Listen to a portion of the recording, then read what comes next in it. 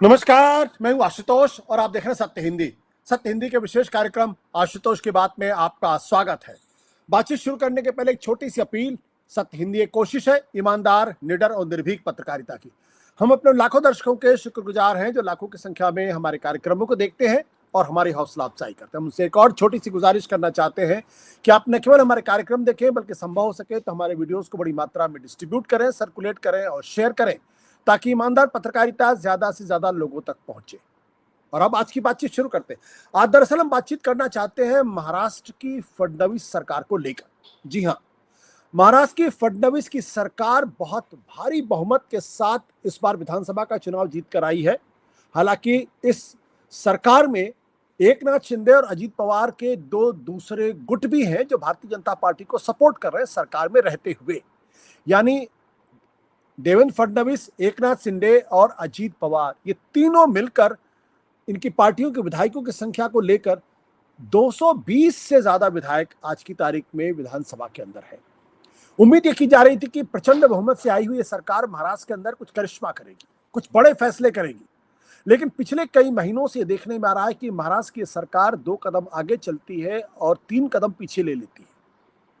आज की तारीख में महाराष्ट्र की सरकार संकटों में घिरी हुई सरकार दिखाई पड़ रही है। एक तरफ एकनाथ शिंदे सरकार को अपनी तरफ खींचना चाहते हैं, दूसरी तरफ देवेंद्र फडणवीस, अजीत पवार उसको तीसरी तरफ खींचने की कोशिश कर रहे हैं। यहां तक कि लाटकी बहन जैसी योजना को भी कार्य रूप नहीं दिया जा पा रहा है। इसके अलावा नागपुर के अंदर जो हिंसा हुई वो सबने देखी है। साथ ही साथ खुद देवेंद्र फडणवीस ने एकनाथ शिंदे की सरकार के दौरान कई मामलों में जो फैसले हुए उसकी जांच के आदेश दे दिए हैं। ऐसे में यह कहा जा रहा है कि दरअसल एकनाथ शिंदे को निपटाने का कोई खेल चल रहा है। देवेंद्र फडणवीस उन मुख्यमंत्रियों में से हैं जो अपनी पूरी ताकत तब महसूस करते हैं जब उनके इर्द गिर्द उनके बराबर कोई ना हो। ऐसे में बगल में जब एकनाथ शिंदे को देखते हैं और दूसरी तरफ अजीत पवार को देखते हैं तो उनको अपनी ताकत का कम एहसास होता है। तो बात करेंगे संदीप सोनवालकर से, मुंबई से जिस वक्त हमारे साथ मौजूद है, कि आखिर एकनाथ शिंदे और देवेंद्र फडणवीस और अजीत पवार की सरकार को रोग क्या लगा है। संदीप, क्या कारण है कि ये सरकार बड़े फैसले नहीं कर पा रही? मुझे लगता है कि पहली वजह तो ये है कि किसी को इसका अंदाज नहीं था कि इस तरह का बहुमत आएगा। भाजपा को लगता था कि जरूरत पड़ेगी दोनों सहयोगियों की, तो भाजपा ने दोनों को साथ में रखा। लोकसभा के चुनाव में इस तरह का बहुमत आया कि अजीत पवार के 8 और एकनाथ शिंदे के 9 सांसद ये केंद्र की मजबूरी बन गए। अब जब विधानसभा का निर्णय आया तो ऐसा लगा कि बीजेपी चाहे तो अकेले सरकार बना सकती है, लेकिन चूंकि दिल्ली की मजबूरी है, दिल्ली में सांसद जरूरी है, इसलिए इन दोनों को साथ में रखा गया। अब मुश्किल ये है कि ना तो एकनाथ शिंदे स्वीकार कर पा रहे हैं कि अब वो मुख्यमंत्री नहीं रहे, ना बाकी लोग स्वीकार कर पा रहे हैं कि अब देवेंद्र फडणवीस सीएम बन गए। तो ये अभी जैसे बोलते हैं कि शुरुआती दौर में हनीमून पीरियड खत्म होने के पहले ही लड़ाई शुरू हो गई एक तरीके से, और सब एक दूसरे के खिलाफ निपटाने में लगे हैं, प्लांट करने में लगे हैं। खबरें अलग अलग तरीके से बाहर आती हैं, तमाम फाइलें खुल रही है, कॉन्ट्रैक्ट रद्द हो रहे हैं। तो ऐसा लग रहा है कि सरकार जो बड़ी स्मूथ चलनी चाहिए, मतलब इतनी बड़ी बहुमत की प्रचंड सरकार जिसमें तो होना चाहिए कि पहले दिन से लोगों को राहत मिलना शुरू होना चाहिए, लोगों को ऐसा लगना चाहिए कि उनके काम बड़े ईज हो गए, बड़ा बदलाव आ गया सरकार में। लेकिन अभी 3 महीने हुए हैं, अभी तक ये कोई संकेत नजर नहीं आ रहा। घोषणाएं होती हैं लगातार ऑब्वियसली, लेकिन उन घोषणाओं का अर्थ जमीन पर नजर नहीं आ रहा, बल्कि लोगों के लिए जो चुनावी भाषण दिए गए थे और जो चुनाव में वादे किए गए थे उनसे भी पीछे हटती हुई सरकार नजर आ रही। उसकी एक बड़ी वजह तो यह है कि खजाना बिल्कुल खाली है। अब ये जो दिल्ली में हाल है कि पैसा कैसे दें, तो सरकार तरह तरह के बहाने कर रही है कि अभी 3,000 नहीं देंगे, 2100 नहीं देंगे, 1500 देंगे, उनको नहीं देंगे जो जिन्होंने पहले बार ले लिया, जो गरीब है उनको नहीं देंगे, जो गरीब है उनको देंगे, जिनकी इनकम इतनी है उनको देंगे। तो तमाम तरीके के बहाने शुरू हो गए। लेकिन मुझे नहीं लगता कि सरकार का जो इम्पैक्ट पहले 3 महीने में, आखिरकार कहते हैं कि जो टीम कैसे आगाज करती है उससे पता चलता है कि अंजाम क्या होगा। तो अभी तो कम से कम आपस में खींचतान बहुत तेज नजर आ रही। संदीप, ये बताइए कि ये जो लगातार जो शिंदे सरकार के दौरान जो विभागीय जांच के आदेश दिए जा रहे हैं उसका क्या मकसद है?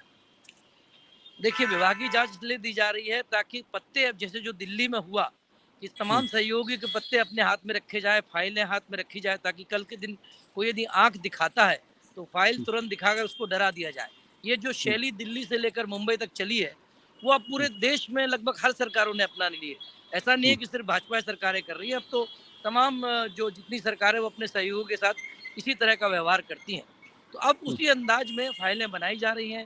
कंटेंट इसलिए रद्द किए जा रहे हैं कि मैसेज देने की कोशिश की अब करप्शन नहीं चलेगा, अब ये बीजेपी की सरकार है। असल में देवेंद्र फडणवीस बार बार अपनी यूं कहें कि अपनी ताकत दिखाना चाहते हैं, अपना दिखाना चाहते हैं कि वो बहुत मजबूत है और सब कुछ उनकी मर्जी से हो रहा है, क्योंकि ये संदेश जब तक नहीं जाएगा तब तक भाजपा की सरकार नहीं कहलाएगी। इसमें जैसे कि बस खरीदी का घोटाला है, इसके अलावा दवा खरीद में घोटाला है, जमीन आवंटन में घोटाला है, कचरा उठाने के ठेके में घोटाला है। तो इससे तो एक इंप्रेशन ये जा रहा है कि एकनाथ शिंदे की सरकार के दौरान जबरदस्त तरीके से घोटाला था और उसको ठीक करने की कोशिश फडणवीस कर रहे हैं। तो ये तो शिंदे की अपनी राजनीति के लिए खतरनाक बात है। बिल्कुल, बीजेपी तो कभी नहीं चाहेगी कि शिंदे इतने मजबूत हो जाएं कि जैसे शिवसेना उद्धव ठाकरे ने उनको परेशान किया, वो तो शिंदे भी कुछ दिन बाद उनको परेशान कर रहे थे। इसलिए बीजेपी लगातार ये कोशिश करती है कि न केवल शिंदे बल्कि अजित पवार भी कंट्रोल में रहें और उनको कंट्रोल करने के तरह तरह के तरीके से कोशिश की जा रही है। अभी तो फिलहाल फाइलों की जांच हो रही है, तमाम विभागों में जितने टेंडर आखिरी समय पर, खासतौर पर आखिरी 2 महीने में जारी किए गए, उनकी समीक्षा की जा रही है। बहुत सारे टेंडर रद्द किए जा रहे हैं।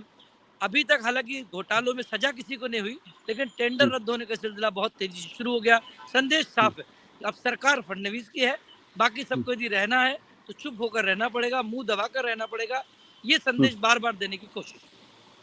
और ये जो मुंबई के अंदर एक चर्चा चल रही है कि दरअसल शिंदे की पार्टी के 9 में से 8 विधायक टूट सकते हैं, या फिर ये कि 57 में से 45 विधायक टूट सकते हैं, सांसद टूट सकते हैं, इस चर्चा में कितना दम है? देखिए, चर्चा इसलिए होती है क्योंकि बीजेपी के पास पत्ते पूरे हाथ में है।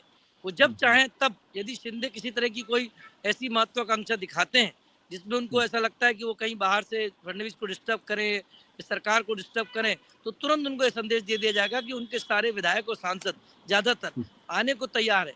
इस अफवाह की वजह यह भी है कि बीच में थोड़ा सा ये अफवाह उड़ना शुरू हो गई थी कि उद्धव ठाकरे फिर से कोशिश कर रहे हैं कि किसी तरह बीजेपी से रिश्ता मजबूत किया जाए। तो यदि उद्धव ठाकरे आने को मान जाते हैं, जो जिसको संघ हमेशा चाहता है कि शिवसेना ओरिजिनल वापस आ जाए, तो फिर ऐसी स्थिति में तमाम विधायक और सांसदों को वापस लाया जा सकता है। तो तमाम तरह की चर्चाएं, हालांकि इसकी कोई संभावना नहीं, क्योंकि सरकार के पास बहुमत हमेशा जरूरत से ज्यादा है और आराम से वो सरकार चलाएंगे।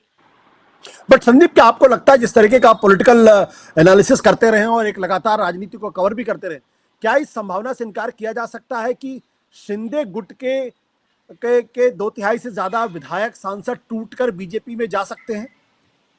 देखिए, संभावना हमेशा बनी रहेगी, क्योंकि उनको भी सत्ता चाहिए। उनको पता है कि इस बार अभी मोदी की सत्ता दिल्ली में है और महाराष्ट्र में देवेंद्र फडणवीस की सत्ता है, तो वो तो असल में सत्ता के साथ मिलकर काम करना ही चाहते हैं।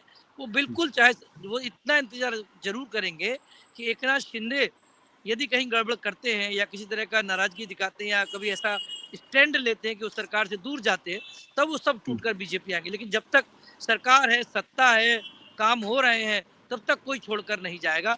बीजेपी शायद ये काम तब करेगी जब बीजेपी को लगेगा कि ऐसा कोई बड़ा बहुमत लाना है जब केंद्र में, जैसे मान लो यदि कभी कल के दिन बिहार में कोई गड़बड़ हो जाती है या कहीं और गड़बड़ हो जाती है टीडीपी से, तब बीजेपी इस तरह के अपने पत्ते छुपा कर रखी है।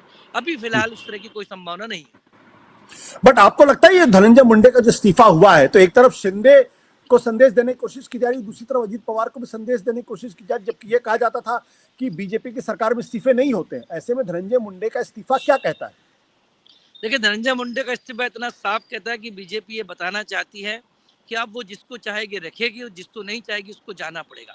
धनंजय मुंडे ने हालांकि बीजेपी की सरकार बनाने में, जब आपको याद होगा आधी रात में जो सरकार बनी थी सुबह 5 बजे, उसमें बड़ा रोल निभाया था। लेकिन उसके बाद से धनंजय मुंडे थोड़े से ढुलमुल अलग अलग तरीके से चलते रहे और उनको लेकर ये कहा जाता रहा है कि वो कई दलों में अपनी पैठ बनाते रहे और फिर बाद में जब सरकार बनी जो उद्धव ठाकरे की, तो उसमें भी मंत्री बने रहे। तो अब जो एक तरीके से उनको भी एक तरीके से जगह दिखा दी गई और बीट की राजनीति में जो धनंजय मुंडे अकेले चल रहे थे, अब वो कंट्रोल हो गए हैं। और सबसे बड़ी बात यह कि इस इस्तीफे से विपक्ष को यह फायदा मिला कि विपक्ष कुल मिलाकर आक्रामक हो गया है।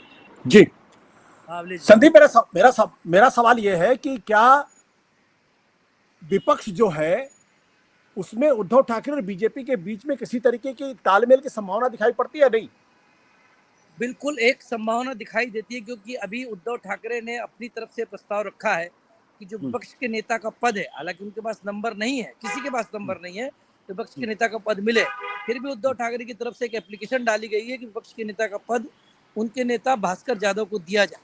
अभी बीजेपी ने इस पर कोई निर्णय नहीं लिया है, लेकिन ये कहा जा रहा है कि हो सकता है कि सेशन के खत्म होने के बाद ये फैसला कर लिया जाए और वो जो लीडर अपोजिशन का पोस्ट है वो शिवसेना को दे दिया जाए। यदि ऐसा होता है तो निश्चित तौर पर देखिए, जो लीडर अपोजिशन होता है वो सरकार से बातचीत लगातार कर सकता है, मिल सकता है, अलग अलग बैठकों में जाता है, तो एक रास्ता खोलने की कोशिश हो सकती है। लेकिन अभी जो मैं कहना चाहूँगा वो महत्वपूर्ण बात कि सरकार में बहुमत है, सब कुछ है, लेकिन ये नहीं हो पा रही, सरकार चल पा रही, इसका मतलब इतना तो संकेत है कि सब अच्छा नहीं है। सब अच्छा नहीं है।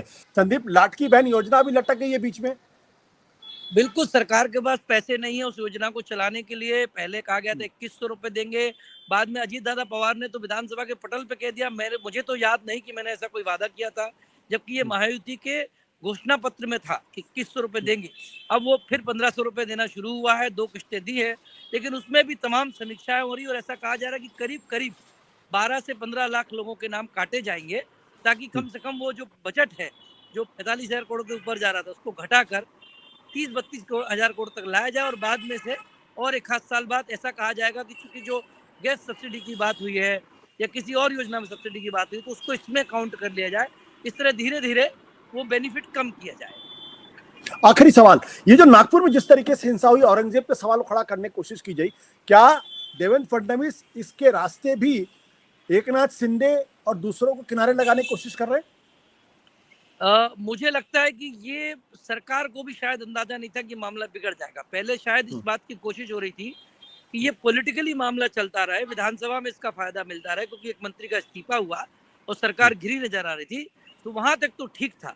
लेकिन उससे आगे जब ये फ्रिंज एलिमेंट के हाथ में चला गया और नागपुर जहाँ से खुद मुख्यमंत्री आते हैं, जहाँ के वो गृह मंत्री हैं, शायद उनको भी इस बात का अंदाजा नहीं था कि इतना बड़ा दंगा नागपुर जैसे शहर में, महाल में, जो संघ का मुख्यालय है वहां हो जाएगा। तो अब वो चिंता नजर आ रही है, इसलिए बहुत तेजी से कार्रवाई हो रही है। अभी इसके राजनीतिक मायने निकालने की जरूरत नहीं है, लेकिन इतना जरूर है कि ये एक खतरा दिख गया है कि यदि मामला बिगड़ा, माहौल बिगड़ा, तो राज्य के अन्य हिस्सों में भी तनाव बन सकता है। तो ये देवेंद्र के लिए चिंता की बात है, क्योंकि सवाल उठेगा कि गृह मंत्री हैं और क्या वो कानून व्यवस्था संभाल नहीं पा रहे। बिल्कुल संदीप, बहुत बहुत शुक्रिया, आपने हमारे लिए वक्त निकाला। Thank you so much. Copyright disclaimer under Section 107 of the Copyright Act 1976. Allowance is made for fair use for purposes such as criticism, comment, news reporting, scholarship, and research. Fair use is a use permitted by copyright statute that might otherwise be infringing.